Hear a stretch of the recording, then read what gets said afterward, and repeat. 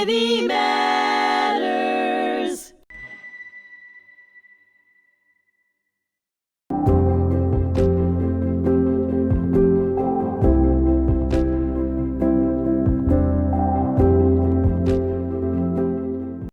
Hello, and thank you for joining me. I'm your host, Dr. Susanne Seperson, and this is our 7th episode of the podcast, Antisemitism at the United Nations and in Society, on hmTv.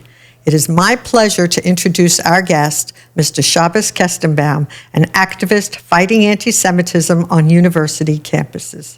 He is well known for having successfully sued Harvard University, testifying before the U.S. Congress numerous times, speaking at the Republican National Convention and Israeli Knesset, and appearing on CNN, Fox News, and Newsmax. So welcome, Shabbos. Let's start with some questions about your background, if I may. And I sincerely am grateful for your joining us today.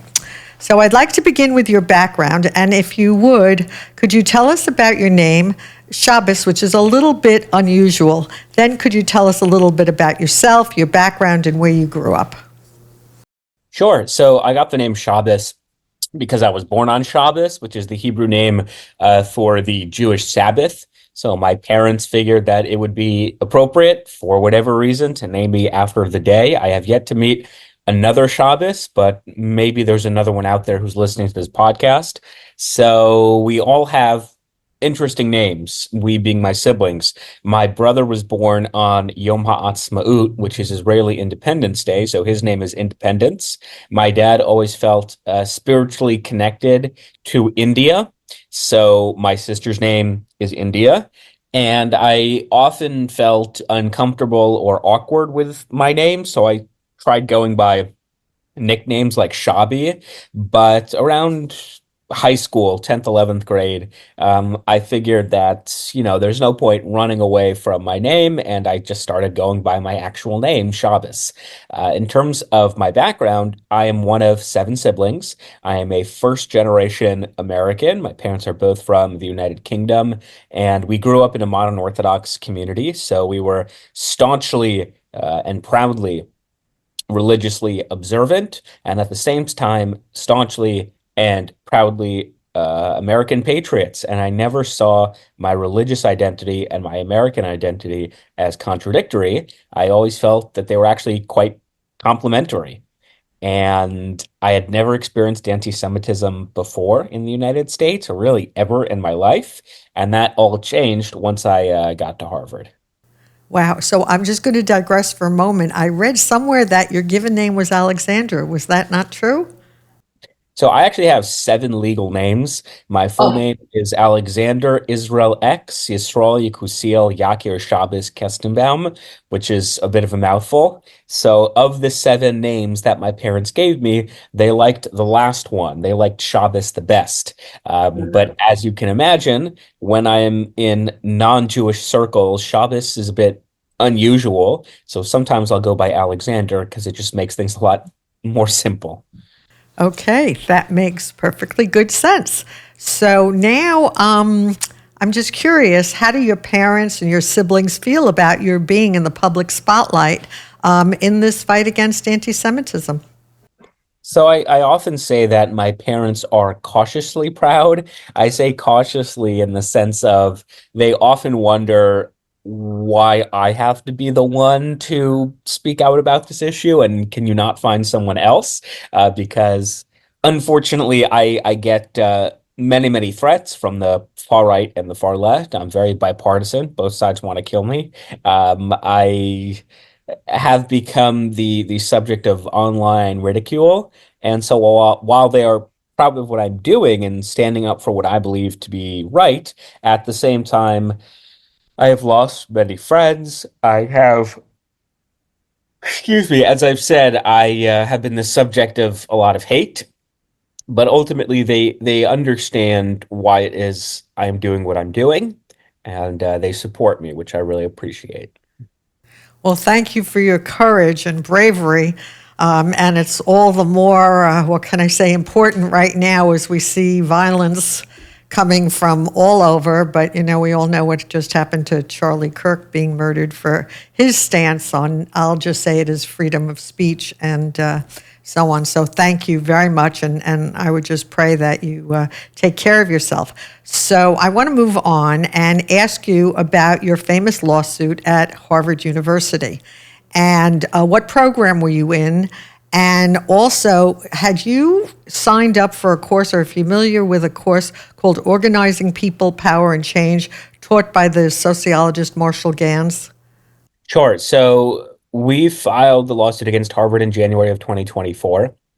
We filed the lawsuit not because we wanted to. We filed the lawsuit because we felt like we kind of had to. Harvard was both unable and unwilling to do anything to really change the status quo, to create the structural reforms necessary, not just for Jewish students, but really for all students.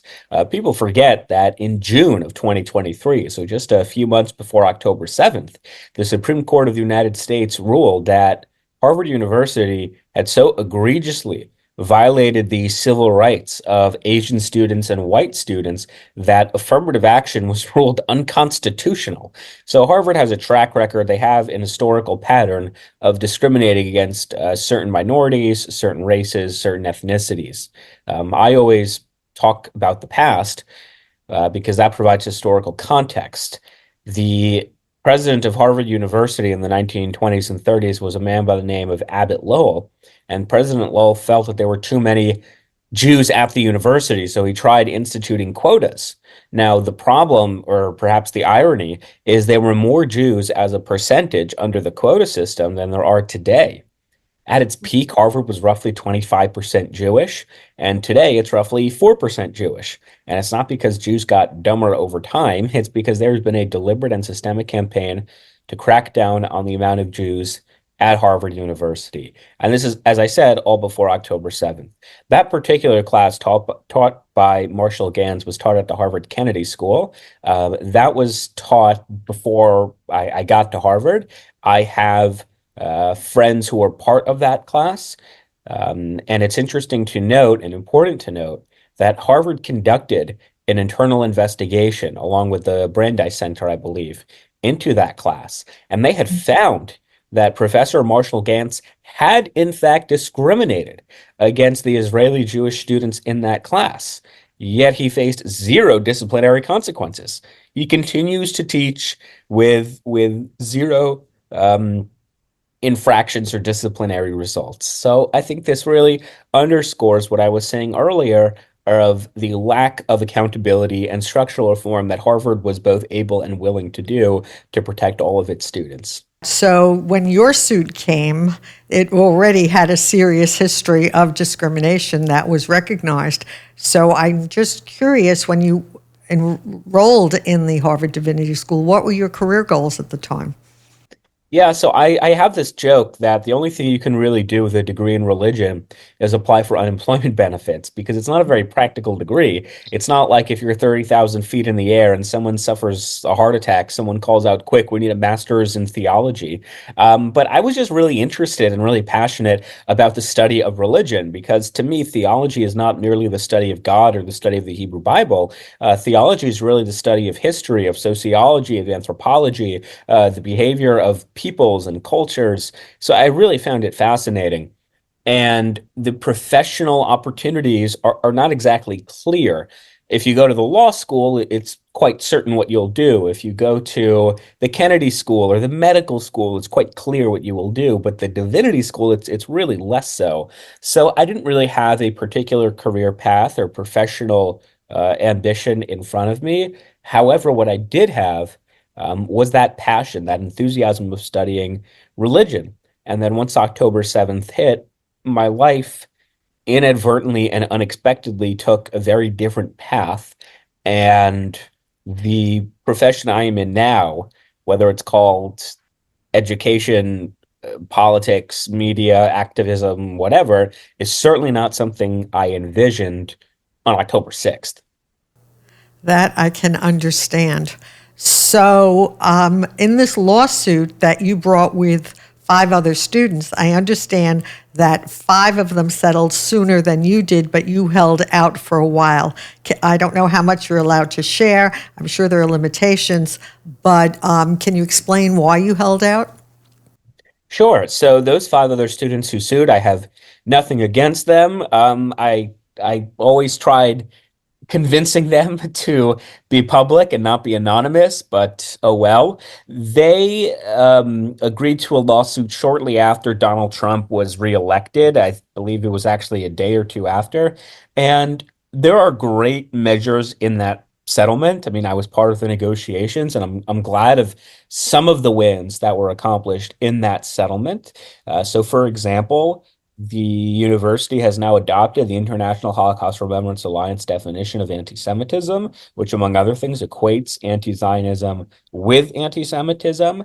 The university will have a summit, a conference every year for, I believe, the next 5 years on anti-Semitism. So there are a lot of wins in that settlement. At the same time, I felt that structural reform is what was needed more than anything. And this is true not just of the anti-Semitism, it's really true of any type of crime. I think the United States is suffering from a crisis of accountability. And the only way that one solves this crisis of accountability is deterrence. You need to punish crime. You need to discipline and or suspend or expel professors, not for speech or anti-Semitism, but who violated internal Harvard policy consistently. You need to ensure that there is structural reform. You need to ensure that this does not happen again. And I felt that the settlement that the 5 other plaintiffs eventually signed on didn't accomplish what I felt was necessary. And so, without getting into the details of the settlement that I reached with the university, because I can't, it's confidential, suffice to say that I felt that it was more appropriate than the earlier one. I appreciate that. If I may, I'm just going to read a little bit. Title VI of the Civil Rights Act of 1964 prohibits discrimination based on race, color, or national origin in any program or activity receiving federal financial assistance. It ensures that all people in the United States are treated fairly and equally, regardless of their ethnicity, ancestry, or country of origin within federally funded programs. Now, it seems to me, based on the settlement, that if college, at least a college, but we know more than one college president, seemed to violate Title VI, do you think, and you're talking about accountability, do you think the colleges should have their 501c3 nonprofit status removed or lose federal or state dollars? Hmm. It's probably easier for me to talk about the federal funding rather than the nonprofit status. Let me start with the second part of the question first. The answer is yes, absolutely. President Eisenhower was right in the 50s to tell racist schools in the South that should they not integrate Black students into the classroom, that they would have their federal funding revoked. President Obama was absolutely right to threaten to withhold federal funds from universities in 2014 who refused to combat systemic sexual assault. Why? Because the expenditure of federal dollars is also a representation, really a manifestation of our values. And the American taxpayers should not, cannot, and have not historically used their funding to and for institutions that violate the civil rights of American citizens.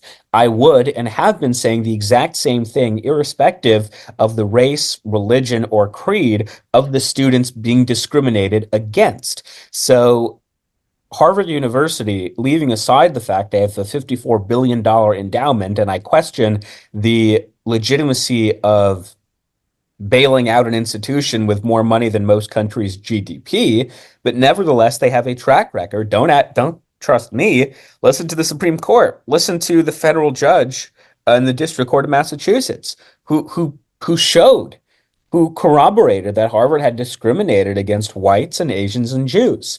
So if people are upset with President Trump for withholding federal funds, they're really angry at the wrong person. In the same way, I often say, don't tell Israel to stop bombing Hamas, tell Hamas to surrender and release the hostages, because the the onus should be on the perpetrator of the crime and not the victim of the crime who is simply responding to that crime. So if you truly think that withholding federal funds is undemocratic and unjust, then you should be banging on the doors of Harvard President Alan Garber and asking him, why in the hell do you insist on not structurally reforming the university so that students are not being discriminated against? I mean, it's not exactly rocket science. President Trump is not attacking institutions of higher learning. He's attacking like a dozen institutions of higher learning that have track records of discrimination. You know, if he's attacking higher education, well, there are 5,000 universities in this country. Why is he only fixated on like four of them or 12 of them? So absolutely, I'm in support of the federal funding freeze. I spoke about this on the campaign trail. This is why I voted for President Trump. So to me, it's a no-brainer. In terms of the nonprofit status, yes and no. The reason I say yes and no is because I do want to appreciate the good work that universities do for the betterment of the United States, whether it's cutting edge research, whether it's molding the hearts and minds of young people in this country. So overall, I don't think that they should be taxed or treated the same as a for-profit corporation. I do, though, believe that there need to be penalties for universities that have betrayed the trust of the American taxpayer, which is why I'm way more sympathetic to the federal funding freeze than, let's say, the nonprofit status. But long term, should these universities continue to discriminate against their students, then it's something I'd be more open to as well. I appreciate that. Like to turn now to a more political question. Do you think anti-Semitism is related to anti-Israel, anti-Zionism, or is separate from it? Anti-Zionism is unquestionably anti-Semitism, and that is not me speaking as a intellectual or a scholar, because A, I'm not those things, and B, it's simply speaking from my personal experience as a religious Jew. I pray 3 times a day. Every time I pray, I face Jerusalem. Jews have been doing that for 2,500 years. Almost the entirety of the Jewish calendar revolves around things that happened in the land of Israel. There is a positive commandment from the Hebrew Bible to actually live in the land of Israel. When we can only do, I think, a third or 2/3 of all the commandments today, and not all of them because we don't have a temple in Jerusalem. The entirety of the Jewish experience rests on things that happened in Israel. So many of our daily ritual lives are a result of the land of Israel. So to negate the core expression of our religious identity is, in effect, to deny our religious identity. You can't separate Jews from Judea. We're, I believe, the only religious group or religious minority in the world that's actually named after the place of origin. So the idea that I have nothing against the Irish, I just don't think the Irish can live in Ireland, and I'm going to boycott any Irish person who has ancestry to Ireland, but I'm not anti-Irish. It would be a silly argument, but for whatever reason, it is accepted, celebrated, and normalized when it comes to Jews. So the land of Israel is integral and essential to our religious identity. It has very little to do with free speech. It also has very little to do with the Israeli government. So I think the mainstream media has concocted this bizarre narrative whereby they insist that we believe that it's anti-Semitism to criticize the Israeli government, which of course is nonsense.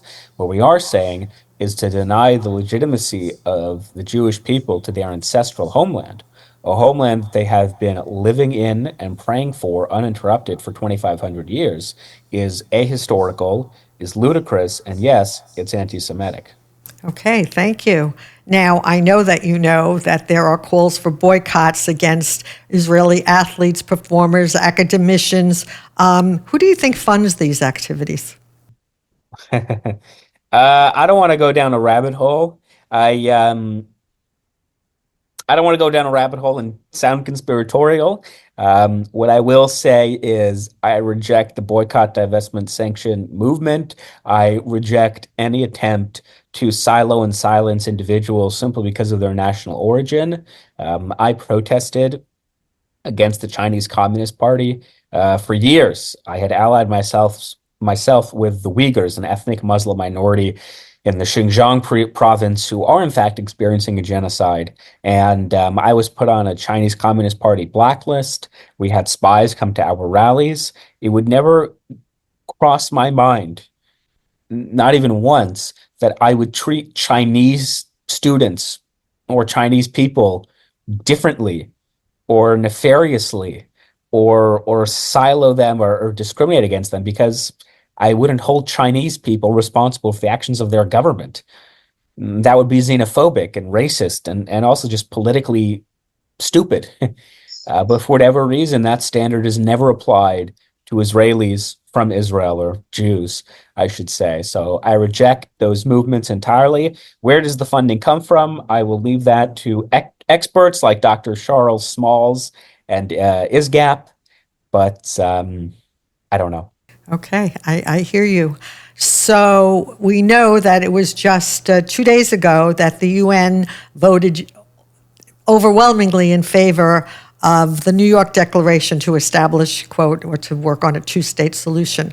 What do you think of the timing of this vote? Is establishing a Palestinian state now a reward for Hamas's brutality? And just for the audience, Israel voted against the resolution along with 9 other countries, and they are Argentina, Hungary, Micronesia, Nauru, Palau, Papua New Guinea, Paraguay, Tonga, and the United States.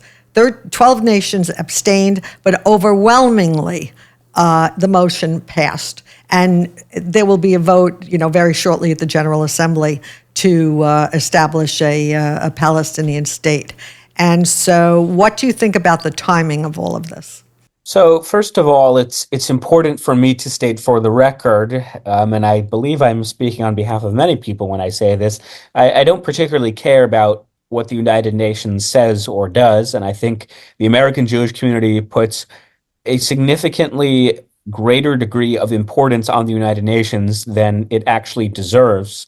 It is an institution that really does not produce tangible change or impact on the world. It hasn't for a number of decades.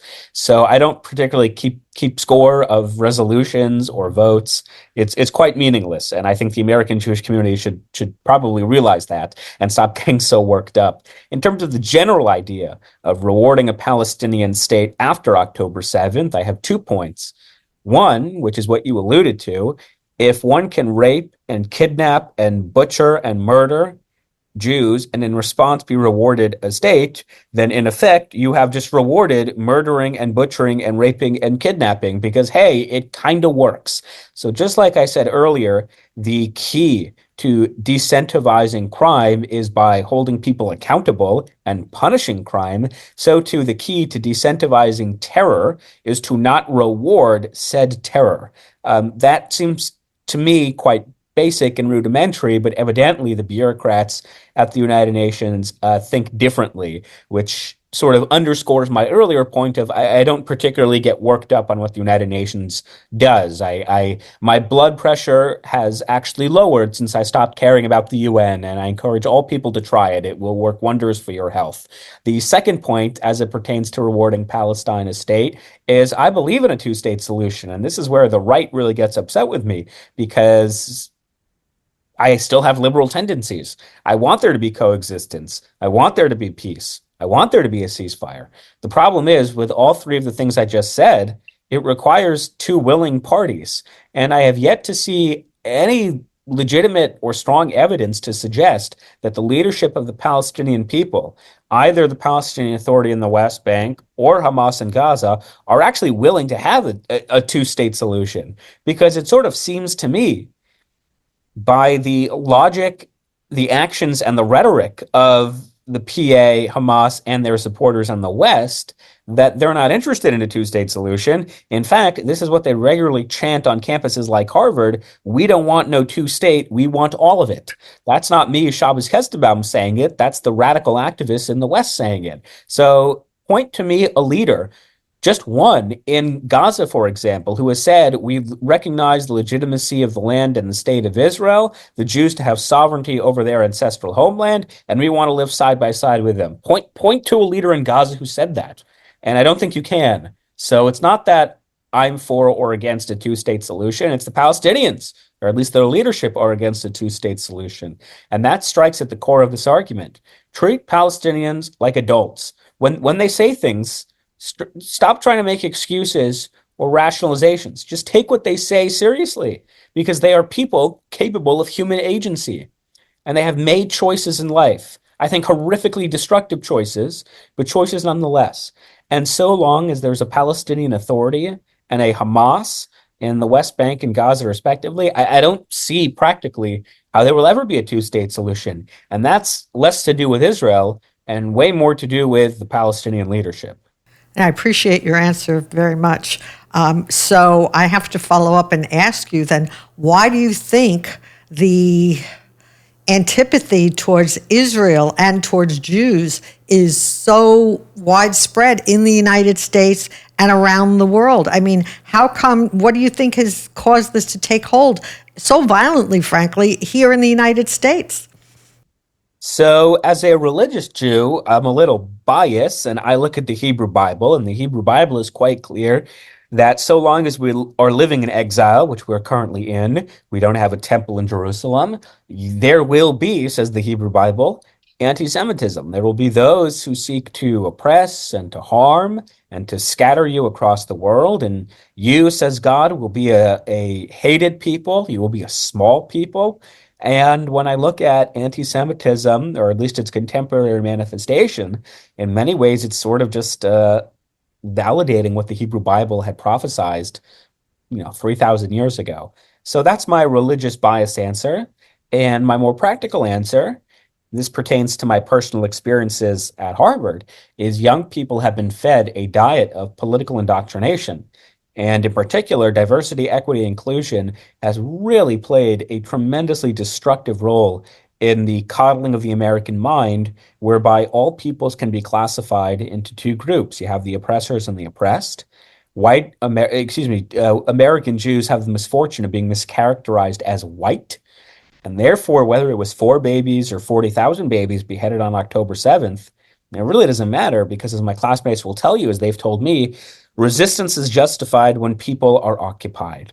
And so long as one is part of the oppressed group, they have the carte blanche freedom to do whatever it is they would like and they need to rid themselves of that oppression. And I think that perhaps explains this irrational animosity towards Israel. I hear you, and I would just tell you that my parents were Holocaust survivors. And my mother always said to me, based on her experience, that anti-Semitism was just under the veneer. And I would always say, oh, Ma, this is the United States. And now, may she rest in peace, I feel like maybe she was right. And I find that very frightening. What, if anything, do you think we can do about fighting anti-Semitism? What should our students should be taught? Where should the messages be coming from?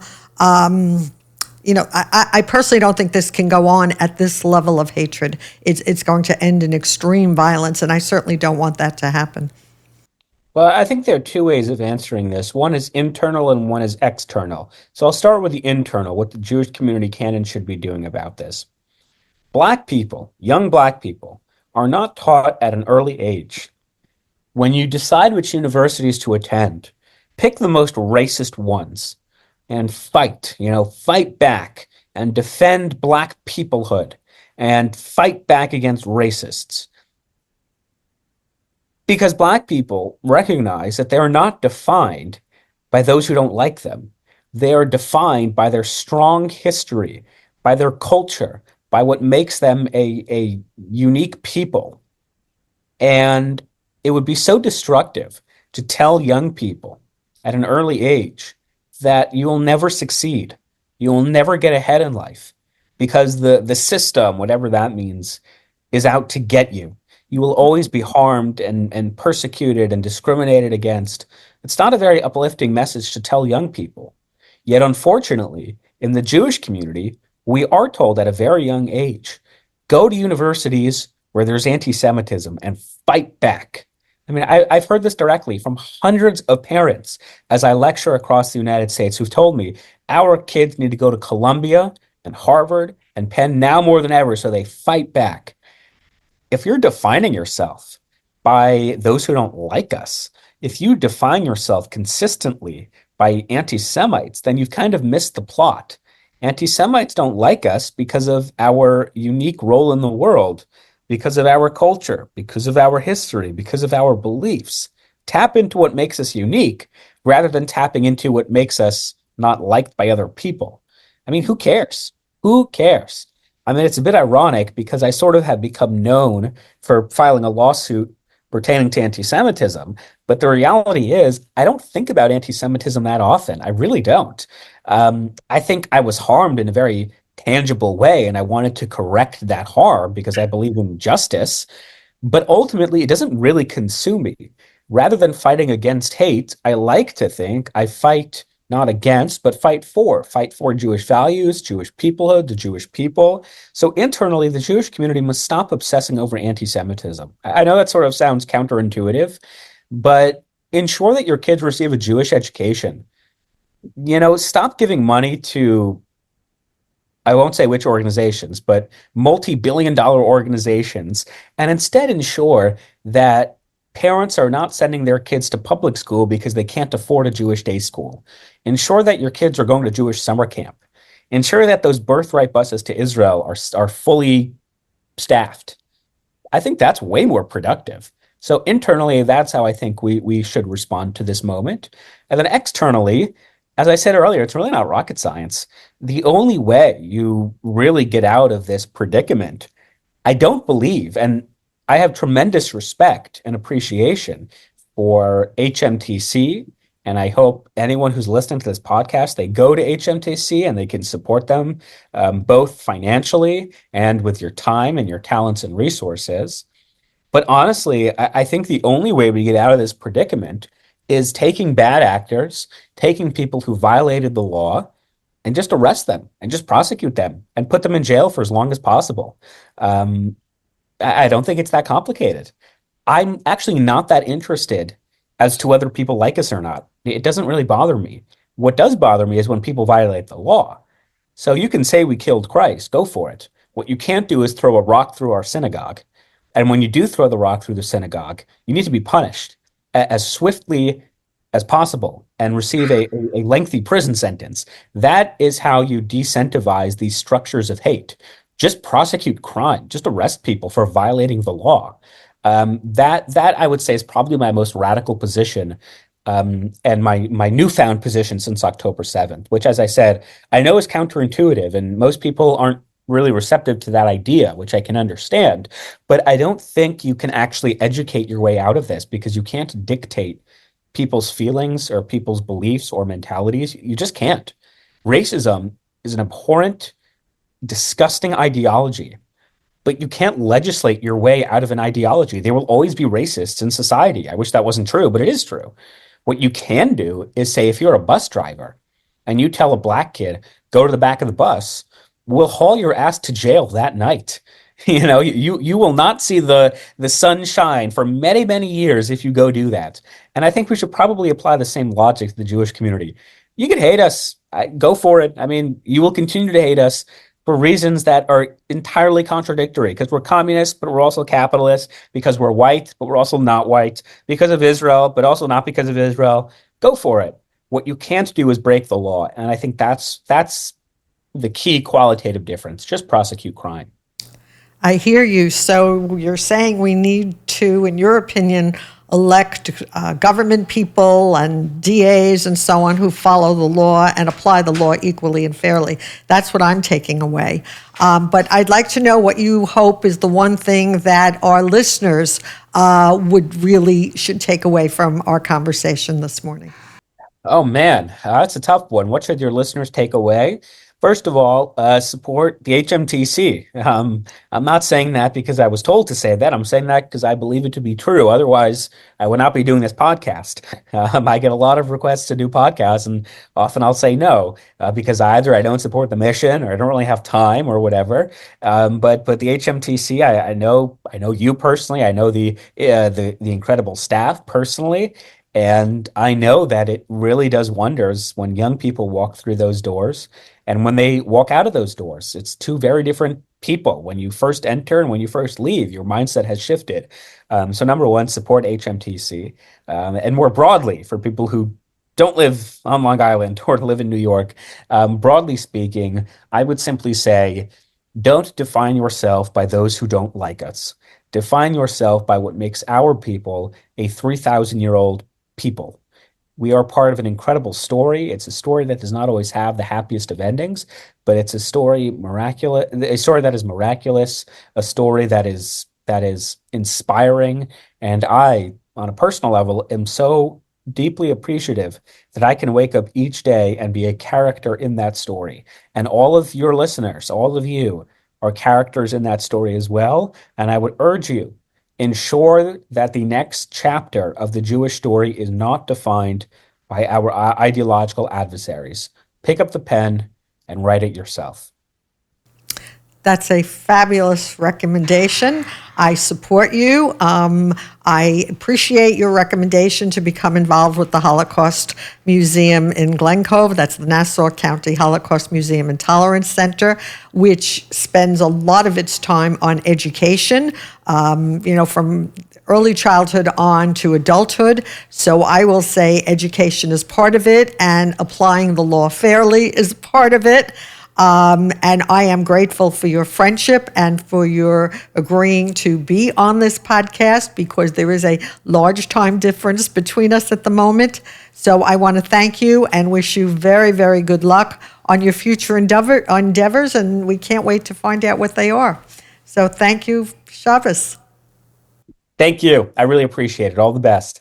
Thank you for tuning in to this episode of Antisemitism and the United Nations and in Society on hmTv. I appreciate my guest, Shabbos Kastenbaum, for sharing his experience and perspective on fighting anti-Semitism on university campuses and in society. I know we will be hearing a lot more from him. Be sure to subscribe, share, and stay connected for more engaging conversations. Until next time, make it our time. Take care and be well.